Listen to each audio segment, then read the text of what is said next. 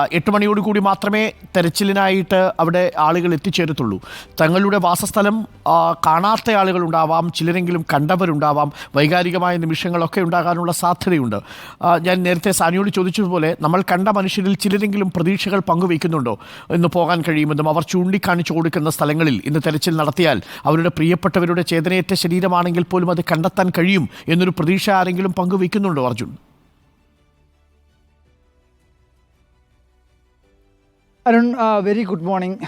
എല്ലാ പ്രതീക്ഷയും അസ്തമിച്ചെങ്കിൽ കൂടി ഏതെങ്കിലും ഒരു തരത്തിൽ അവരുടെ ഉറ്റവരുടെ ചേതനയേറ്റ ശരീരമെങ്കിലും അല്ലെങ്കിൽ ശരീരത്തിൻ്റെ ഒരു ഭാഗമെങ്കിലും ഒരു ചോദ്യത്തിനൊരു ഉത്തരം വേണമെന്നെങ്കിലുമുള്ള അവരുടെ ആവശ്യമാണ് ഈ ജനകീയ തിരച്ചിലൂടെ ഇന്ന് നടക്കുന്നത്. അത് അവർ തന്നെ ആദ്യഘട്ടം മുതൽ അരുൺ അറിയുന്നത് പോലെ തന്നെ ആദ്യഘട്ടം തന്നെ അവരെല്ലാവരും ഈ തിരച്ചിലിൽ ഇവിടുത്തെ പ്രദേശവാസികളെ പങ്കാളികളാക്കണമെന്നുള്ള ആവശ്യം മുന്നോട്ട് വെച്ചതാണ്. പക്ഷേ അതിന് ഒരുപാട് സാങ്കേതിക പരിമിതി ഉള്ളത് കൊണ്ടാണ് ആദ്യഘട്ടം സൈന്യത്തിൻ്റെയും NDRFിൻ്റെയും ഒന്നും ഭാഗമായി അത്തരത്തിലുള്ളൊരു നടപടിയിലേക്ക് കടക്കാതിരുന്നത്. എന്നാൽ അവരെ കൂടി പങ്കാളികളാക്കിക്കൊണ്ട് അവർക്കാണ് ഈ നാടിനെ അറിയുക, ഇവിടുത്തെ പുഴയെ അറിയുക, ഇവിടുത്തെ പ്രദേശങ്ങളെ അറിയുക, ഇവിടെ എവിടെയൊക്കെയാണ് വീടുകൾ ഉണ്ടായിരുന്നത്, എവിടെയൊക്കെയാണ് മനുഷ്യർ തങ്ങി നിൽക്കാൻ സാധ്യതയുള്ള ഇടങ്ങൾ എന്നുള്ള കാര്യം കൂടുതൽ വ്യക്തതയോടുകൂടി അറിയുന്നത് ഈ പ്രദേശവാസികളാണ്. ഈ ദുരന്തത്തിൽ നിന്നും രക്ഷപ്പെട്ടവരാണ്. തലനാരിഴക്ക് പോലും രക്ഷപ്പെട്ട് കടന്നുപോയ മനുഷ്യരെല്ലാവരും തന്നെ ഇന്ന് തിരച്ചിലിൻ്റെ ഭാഗമായി പങ്കെടുക്കുമ്പോൾ ഒരുപക്ഷെ അവർക്കൊരു പ്രതീക്ഷ ഉണ്ടാവാം. അങ്ങനെയാണ് 190ഓളം പേർ ആ ക്യാമ്പിൽ കഴിയുന്നവർ ഈ തിരച്ചിലിൻ്റെ ഭാഗമായി സ്വയം സന്നദ്ധരായി എത്തുന്നത് എന്നുള്ളൊരു വളരെ പ്രധാനപ്പെട്ട കാര്യമാണ്. അവർക്ക് അവരുടെ വേണ്ടപ്പെട്ടവരെ തിരിയുന്നതിന് വേണ്ടി അവർക്ക് തന്നെ ഒരു അവസരം ലഭിക്കുമ്പോൾ അവർ അതിനകത്ത് ഒരുപക്ഷെ വൈകാരികമായി നമ്മളെല്ലാം കരുതുന്നതിനപ്പുറമുള്ള ചില വൈകാരിക നിമിഷങ്ങൾ കൂടി ഇതിൻ്റെ ഭാഗമായി ഉണ്ടാവാമെന്നുള്ളത് ഒരു യാഥാർത്ഥ്യമാണ്. കാരണം നമുക്ക് എത്രയൊക്കെ നമ്മൾക്ക് പറഞ്ഞു കഴിഞ്ഞാലും നമുക്ക് ഒരു ചോദ്യത്തിന് ഉത്തരം, അവരുടെയൊക്കെ ജീവിതത്തിൽ ഒരു ചോദ്യത്തിന് ഉത്തരം ഇപ്പോഴും ആയിട്ടില്ല. അവരുടെ ബന്ധുക്കൾ ഇപ്പോൾ എവിടെയാണ് എന്നുള്ള ചോദ്യത്തിന്, മരണപ്പെട്ടിട്ടുണ്ടോ അല്ലെങ്കിൽ അവരെവിടെയാണ്, അവരുടെ മൃതശരീരം എവിടെയാണ് എന്നുള്ള ചോദ്യത്തിന് അവർക്ക് ഇപ്പോഴും ഒരു ഉത്തരം ലഭിച്ചിട്ടില്ല. അപ്പോൾ ആ ഉത്തരം കണ്ടെത്തുന്നതിന് വേണ്ടി അവർ കൂടി ഇറങ്ങി തിരച്ചിൽ നടത്തുന്നു എന്നത് വളരെ പ്രധാനപ്പെട്ടതാണ്. നേരത്തെ തന്നെ 6 സോണുകളായി തിരിച്ചിട്ടുള്ള പരിശോധന നടന്നതാണ്. ഇന്നും സമാനമായ രീതിയിൽ തന്നെ ഈ 6 മേഖലകളിലും പരിശോധന ഉണ്ടാവും. പക്ഷേ പ്രധാനമായും 3 സ്ഥലങ്ങളാണ് കേന്ദ്രീകരിക്കുന്നത്.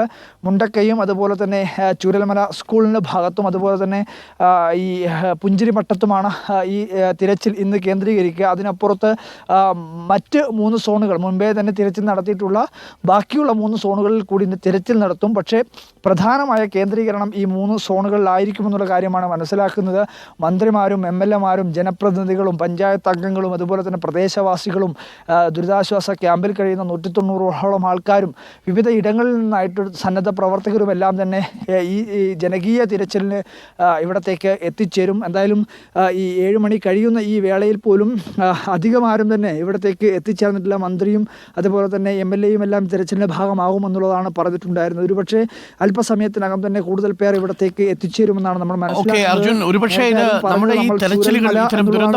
സ്ഥലങ്ങളിൽ ഇങ്ങനെ ബാധിക്കപ്പെട്ടവരെയും കൊണ്ട് 10 ദിവസത്തിനു ശേഷം തെരച്ചിലിന് വേണ്ടി മന്ത്രിമാരടക്കം പോകുന്ന കാഴ്ച മറ്റൊരിടത്തും നമ്മൾ അങ്ങനെ കണ്ടിട്ടില്ല. അങ്ങനെ പോകാനുള്ളൊരു മാനസികാവസ്ഥ പലർക്കും ഉണ്ടായിട്ടില്ല. അവരെ അങ്ങനെ കൊണ്ടുപോകാൻ സർക്കാരിന് തോന്നിയിട്ടുമില്ല. അതിലൊരു പ്രധാനപ്പെട്ട കാര്യമുള്ളത്, ഇവരുടെ ഒരു പരാതി ഒഴിവാക്കാം എന്നത് സർക്കാർ കണക്കാക്കുന്നുണ്ടാവും തീർച്ചയായും. കാരണം അവർ ചൂണ്ടിക്കാണിച്ച സ്ഥലത്തുകൂടി തെരച്ചിൽ നടത്തിയിട്ടാണ് ഈ തെരച്ചിൽ അവസാനിപ്പിച്ചത്. ഇത് അനന്തമായിട്ട് നീട്ടാൻ കഴിയില്ലല്ലോ. അങ്ങനൊരു ഉദ്ദേശം കൂടി ഈ തെരച്ചിൽ ഉണ്ടാവുമല്ലേ സ്വാഭാവികമായും അർജുൻ കല്യാൺ? തീർച്ചയായിട്ടും. അതായത് ഒന്നാമത് ഈ ഒരു പരാതി അല്ലെങ്കിൽ ഇവർ ചൂണ്ടിക്കാണിച്ച സ്ഥലങ്ങളിൽ കൃത്യമായ തോതിൽ പരിശോധന നടത്തിയിരുന്നു എന്ന കാര്യം ഈ പറയുന്ന ഇവിടുത്തെ പ്രദേശവാസികളെ ബോധിപ്പിക്കുക എന്നുള്ളൊരു ഉദ്ദേശം ഇതിന് പുറമേ ഉണ്ടാവും. പക്ഷേ രണ്ടാമത്തെ അതിനപ്പുറത്തുള്ള ഒരു വൈകാരികമായിട്ടുള്ള മാനസിക തലം എന്ന് പറയുന്നത് ഇവിടെയുള്ള യാഥാർത്ഥ്യത്തെപ്പറ്റി കൂടുതൽ ഇവരെ ബോധ്യപ്പെടുത്തുക എന്നുള്ളതായിരിക്കും കൂടുതൽ ഉദ്ദേശിക്കുന്നതെന്നാണ് നമ്മൾ മനസ്സിലാക്കുന്നത്. കാരണം അവരെല്ലാവരും ഇവിടെ നടക്കുന്നത്, ഈ ദുരന്തത്തിൽ നിന്നും പലരും ഇവിടെ നിന്ന് ക്യാമ്പിലേക്കും അല്ലെങ്കിൽ ബന്ധുവീടുകളിലേക്കൊക്കെ പോയതിന് ശേഷം പലരും ഇവിടത്തേക്ക് വരാൻ പോലും മടിക്കുന്നുണ്ട്. അവർക്ക് ഇവിടെ എന്ത് രീതിയിലുള്ള തിരച്ചിലാണ് നടത്തുന്നതെന്ന് പോലും അറിഞ്ഞിട്ടില്ലാത്തൊരു സാഹചര്യമുണ്ട്. അപ്പോൾ അവരെ കൃത്യമായ തോതിൽ ഇവിടെ ഈ ഇത്തരത്തിലുള്ള സാഹചര്യങ്ങൾ, തിരച്ചിലുകൾ ഇവിടെ വളരെ വിദഗ്ധമായിട്ടുള്ള നൂതനമായിട്ടുള്ള സംവിധാനങ്ങൾ ഉപയോഗിച്ചുകൊണ്ടുള്ള തിരച്ചിലുകളെല്ലാം നടത്തിയെന്ന കാര്യം ബോധിപ്പിക്കുന്നതിനോടൊപ്പം തന്നെ ഇവിടെയുള്ള യാഥാർത്ഥ്യവുമായി അവരുടെ മാനസിക നിലയെ പൊരുത്തപ്പെടുത്തുക എന്നുള്ളൊരു ഉദ്ദേശം കൂടി ഇതിൻ്റെ ഭാഗമായിട്ടുണ്ടാവും. കാരണം അത്രമാത്രം ഭീകരമായിട്ടുള്ള ഒരുപക്ഷെ രാത്രിയിൽ നിന്നും ഇവിടെ ഓടിപ്പോയിട്ടുള്ളവരാണ്. അപ്പോൾ അവരോട് മാനസികമായിട്ടുള്ള ഒരു നില കൂടി പരിഗണിച്ചായിരിക്കും ഇത്തരത്തിലൊരു തീരുമാനത്തിലേക്ക് എത്തിയിട്ടുണ്ടാവുക എന്നുള്ളതാണ് നമ്മൾ അർജുൻ, ഒരു സുമാ മോഹൻ പറയുന്നു, ആദ്യമേ തന്നെ റിപ്പോർട്ടർ ടീമിന് ബിഗ് സല്യൂട്ട്. അർജുൻ കല്യാട് ആ ചേച്ചിയെ ചേർത്ത് പിടിച്ചപ്പോൾ ഞങ്ങൾ കരഞ്ഞു എന്നാണ് സുമാ മോഹൻ പറയുന്നത്. ഒരുപാട് പേര് അർജുൻ്റെ അവിടുത്തെ റിപ്പോർട്ടിങ്ങിനെ ഇഷ്ടപ്പെടുകയും സ്നേഹിക്കുകയും ഒക്കെ ചെയ്യുന്നുണ്ട്. ഒരു പ്രേക്ഷകൻ പറയുന്നു, അർജുൻ വളരെ ഇഷ്ടമാണ് താങ്കളെ എന്ന് അറിയിക്കുന്നുണ്ട്. തീർച്ചയായിട്ടും അർജുൻ വളരെ വൈകാരികമായ റിപ്പോർട്ടിംഗ് ആയിരുന്നു നമ്മളടക്കം അവിടെ നടത്തിയത്. അങ്ങനെ നടത്താൻ പാടുള്ളൂ എന്നൊന്നും നമുക്കറിയില്ല. നടത്താൻ പാടില്ല എന്നാണ് ക്ലാസിക്കൽ തിയറി പറയുന്നത്. പക്ഷേ അത്തരം തിയറികൾക്കപ്പുറത്താണല്ലോ മനുഷ്യരുമായിട്ടുള്ള പെരുമാറ്റം. ഈ അർജുൻ കല്യാട് നിൽക്കുന്ന സ്ഥലത്തിൻ്റെ ഒരു പശ്ചാത്തലം കൂടി ഒന്ന് പ്രേക്ഷകരെ കാണിച്ചു തന്നായിരിക്കും. ദുരന്തഭൂമിയാണ്, പക്ഷേ ആ ദുരന്തഭൂമി ആകുമ്പോഴും അതിൻ്റെ ഒരു ഭാഗം ഇപ്പോഴും സൗന്ദര്യം അവശേഷിപ്പിച്ച് നിൽക്കുന്നുണ്ടെന്നാണ് ഞാൻ മനസ്സിലാക്കുന്നത്. തീർച്ചയായിട്ടും അരുൺ, നമ്മളെല്ലാം ഒരു ദുരന്ത മുഖത്ത് നിൽക്കുമ്പോൾ നമുക്ക് അവരോട് എങ്ങനെയൊക്കെ ഐക്യപ്പെടുക, അത് പരമാവധി ചെയ്യുക എന്നുള്ളത് മാത്രമാണ്. അതൊരു വാക്ക് കൊണ്ടാണെങ്കിൽ, ഒരു പ്രവൃത്തി കൊണ്ടാണെങ്കിൽ, ആ രീതിയിൽ നമ്മളെ കൊണ്ട് സാധ്യമാവുക.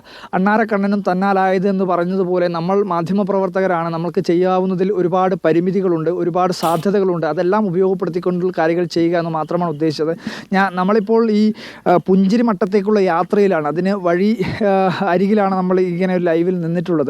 നമുക്കിവിടെ കാണാം, തൊട്ടടുത്ത് തന്നെ കാപ്പിത്തോട്ടങ്ങളുണ്ട്. വിശാലമായ നല്ല കാഴ്ചയുള്ള പ്രകൃതി രമണീയമായ ഒരു 6-6:30 നമ്മൾ ഈ ഇവിടത്തേക്കുള്ള യാത്ര തുടങ്ങിയതാണ്. സത്യം പറഞ്ഞു കഴിഞ്ഞാൽ അത്രയേറെ പ്രകൃതി ഭംഗി നിറഞ്ഞു നിൽക്കുന്ന ഒരു ഭൂപ്രദേശമാണ് ഇത് എന്ന കാര്യത്തിൽ ഒരു തർക്കവുമില്ല. നമുക്കിതാ ഇവിടെയൊക്കെ കാണാം കാപ്പിത്തോട്ടങ്ങളൊക്കെയാണ്. ഇതൊക്കെ കാപ്പി ചെടികളാണ്. ഇതിനകത്തൊക്കെ വിളവെടുക്കുകയും കാര്യങ്ങളൊക്കെ ചെയ്തിട്ടുള്ള ആൾക്കാരാണ് ഈ പറയുന്ന ലയങ്ങളിലും അതുപോലെ തന്നെ താഴെ വീടുകളിലൊക്കെ താമസിച്ചിട്ടുണ്ടായിരുന്നവർ. ഇവിടെ നിന്ന് കുറച്ചുകൂടി മുകളിലേക്ക് പോയി കഴിഞ്ഞാൽ നമുക്ക് ഈ പുഞ്ചിരിമട്ടം, അതായത് ഈ ഉരുൾപൊട്ടലുണ്ടായതിൻ്റെ പ്രഭവ കേന്ദ്രമെന്ന് പറയപ്പെടുന്ന ആ സ്ഥലത്തേക്ക് എത്താൻ വേണ്ടി കഴിയും.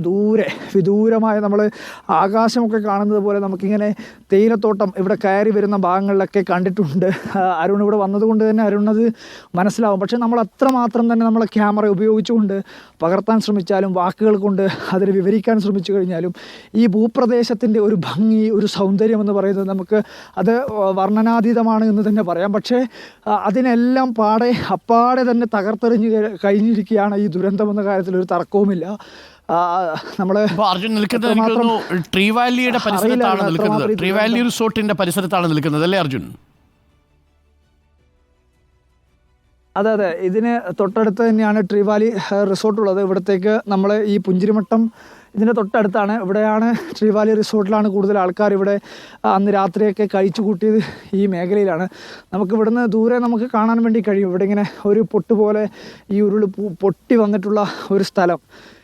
ഈ എത്രമാത്രം ഭംഗിയുണ്ടെന്ന് പറയുമ്പോൾ ആ ഭംഗിക്ക് ഇപ്പോൾ ഒരു അഭംഗിയായി മാറിയിരിക്കുന്നത് ഈ ഉരുൾപൊട്ടലാണ്, ഈ ദുരന്തമാണ്. ഇനി എത്രയൊക്കെ മായ്ച്ചു കഴിഞ്ഞാലും, എത്രയൊക്കെ അതിനെ നമ്മൾ യാഥാർത്ഥ്യവുമായി പൊരുത്തപ്പെട്ട് കഴിഞ്ഞാലും ഈ ഒരു ദുരന്തം സൃഷ്ടിച്ചിട്ടുള്ള ഈ ഒരു അഭംഗി ഈ നാടിനെ എല്ലാ കാലത്തും വേട്ടയാടുമെന്ന കാര്യത്തിൽ ഒരു തർക്കവുമില്ല. ഈ മനുഷ്യരുടെ ഹൃദയത്തിൽ അതെപ്പോഴും ഒരു ഉറുമ്പ് കടിച്ച പാടുപോലെയെങ്കിലും അതെപ്പോഴും അവശേഷിക്കുമെന്ന കാര്യത്തിൽ ഒരു തർക്കവുമില്ല. അത്രമാത്രം ഈ നാടിനെ അത് അഭംഗിയോടുകൂടി അഭംഗിയാക്കി മാറ്റിയിട്ടുണ്ട് എന്നുള്ളതാണ് നമ്മൾ മനസ്സിലാക്കുന്നത്.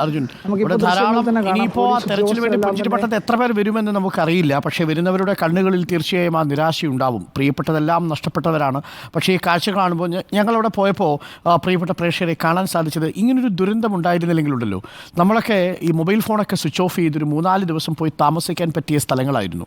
അത്രയും മനോഹരമായ സ്ഥലമാണ്. അവിടെ നിന്ന് കണ്ണൊന്ന് അയച്ചു കഴിഞ്ഞാൽ ആ മലനിരകളിലേക്ക് നോക്കിയാൽ തന്നെ നമ്മുടെ കുറച്ച് സങ്കടങ്ങൾ ഇല്ലാതാവും. മൂടൽമഞ്ഞ് വന്ന് വൈകുന്നേരവും അതിരാവിലെയൊക്കെ നമ്മളെ ഇങ്ങനെ തഴുകിപ്പോവും.